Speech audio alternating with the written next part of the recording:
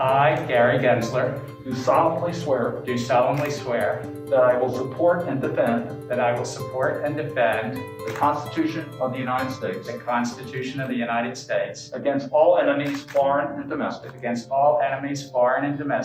that I will bear true faith and allegiance to the same, that I will bear true faith and allegiance to the same, that I take this obligation freely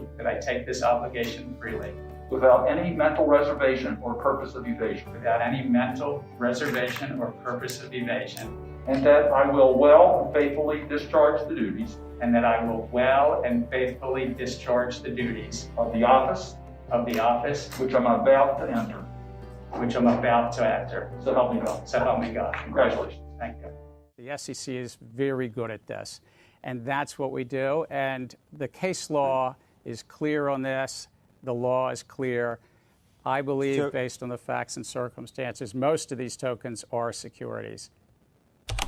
I know that taking on this chairmanship, you're going to do this to protect our free market economy for the people of our country, recognizing that it is the people that have to be protected, but also recognizing the unique role that the United States plays in the global economy.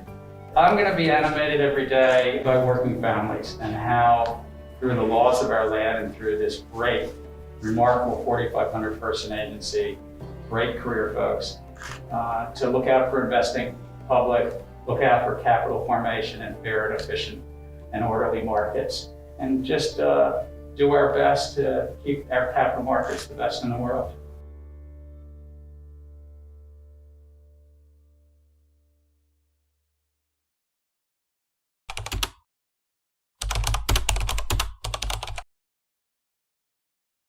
After World War II, the United States financial markets became the envy of the world. Well, guess what? This is the next iteration. Crypto, digital assets is the next iteration of the greatest financial markets ever. And you can either choose to have them in this country or they're going to leave. And maybe London's got a chance to take that back. Lastly, if you are a going concern, the courts are an option. I don't know if you've noticed, but Gary Gensler, who I believe is one of the best examples of a bad faith regulator. This guy's been choosing to blindly spray the crypto community with enforcement actions, yet he keeps missing the true bad actors.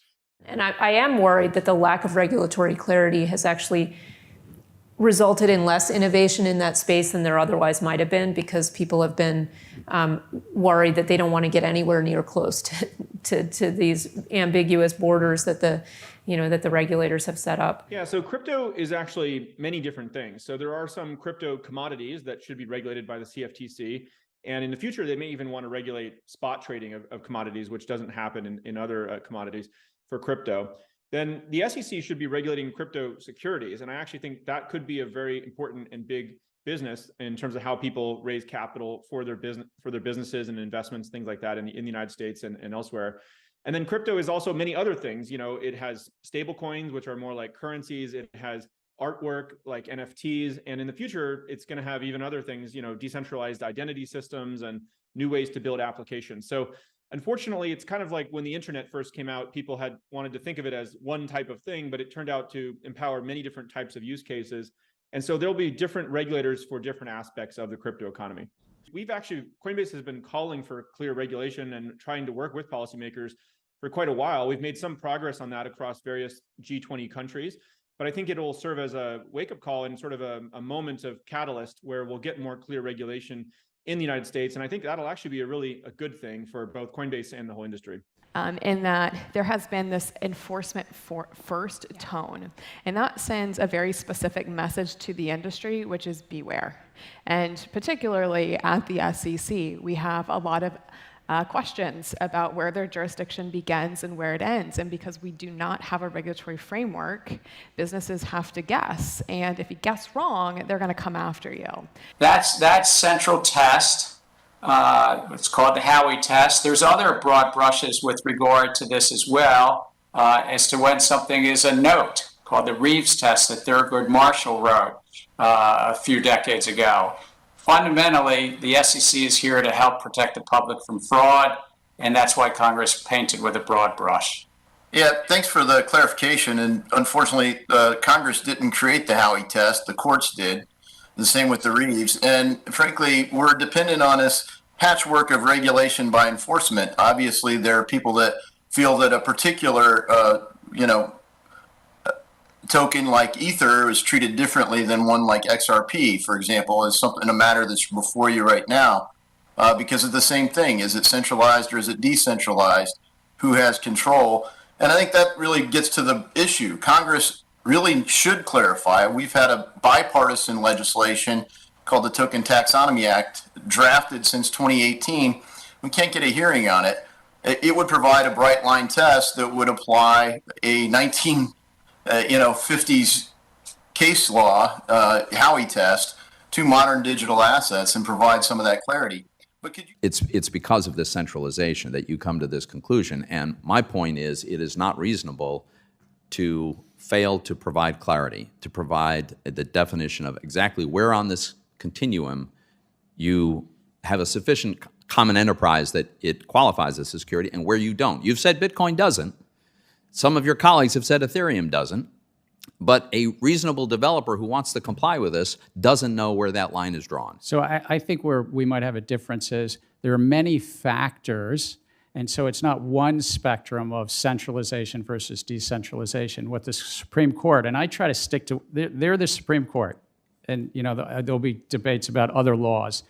I try to stick to what they say, a common enterprise. I think about a group of individuals in the middle. That developer is in the middle, and the investing public's betting on them, counting on them, even if the token might be on 1,000 computers. That's not what the Supreme Court's looking at. It's not about the token being on 1,000 computers. It's just like a group of developers in the middle. But if there is nobody controlling it in the middle, that's what we call decentralized, and that does happen. As you know, of course, the Howey test requires all four of the tests to be met in order for something to be defined as a security. More definitional clarity with respect to digital assets, and if so, do you have any specific suggestions? Well, I really appreciate that question. That is the most important issue in the short term for the industry. And so let me just pick up where Mrs. Wagner left off. If the question is the current test clear, it's clear in the sense that we know what it is. It's not clear in that it's a four-factor balancing test. So I often think about what like the U.S. trucking industry would be like if the truckers didn't know that the speed limit was 75 miles an hour. They just had a four-factor test of general safety having to do with how much sleep they got the night before, the overall size of their payload, and other factors. People need to know what the speed limit is. In my old agency, the OCC, what would happen is a bank would come to us with a new activity proposal, and we would give them an answer. We would either give them a non-objection or we would not give them a non-objection, and it was very clear whether they would be allowed to access that. What happens in the United States is you have a new crypto project, and you walk into the SEC and you describe it in great detail, and you ask for guidance, and they say, we can't tell you, and you list it at your own peril. So whether this comes from legislation that defines what is a security and what isn't a security, or whether it comes from Congress in the form of legislative discretion to an agency to say what is a security, I would argue that a four-factor balancing test is no better here than it is as truckers drive down the highway guessing what safe is. Yeah, and Chairman Gensler has been quoted as saying the test to determine whether a crypto asset is a security is clear. Mr. Brooks, do you agree that that test is clear? I take it from your previous answer, the answer is no.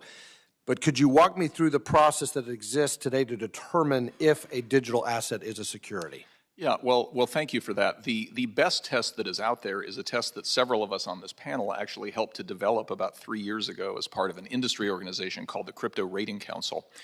When I came to see several of you several years ago in connection with the Crypto Rating Council, the way I described it to you was it's sort of like motion picture ratings for crypto. We don't know authoritatively what's a security and what isn't because no authority will tell us. But what we can do at least is we can tell you the difference between an R-rated asset and a PG-rated asset, and people can make their risk tolerance judgments. So the way that process works is it's an objective, quantitatively based process that asks several dozen questions about the asset across each of the dimensions of the Howey test. It gives you a number, and that number tells you how close you might be to danger and how far away you are. Let me interrupt and just say, I recognize that some rules or federal regulation of both digital assets and cryptocurrency trading platforms might be supportive of bringing clarity, but I'd never underestimate the ability of the federal government and regulators to stifle innovation. Two things. One, something called regulation through enforcement is never a particularly efficient way to regulate, right? If you want to regulate, do the work, write the rules, codify the rules. And when a company comes to you and says, hey, help me understand the rules, I want to make sure we're following the rules, help them understand the rules. I met personally with the SEC 3 times. Not once in those meetings did the SEC ever say to me, hey, and by the way, we're totally transparent about what we're doing. Not once did the SEC say, hey, we think XRP might be a security. So then for the later on to go back and say, hey, the whole time we thought XRP was a security, we just didn't tell you. That doesn't feel like a genuine partnership between public sector and private sector.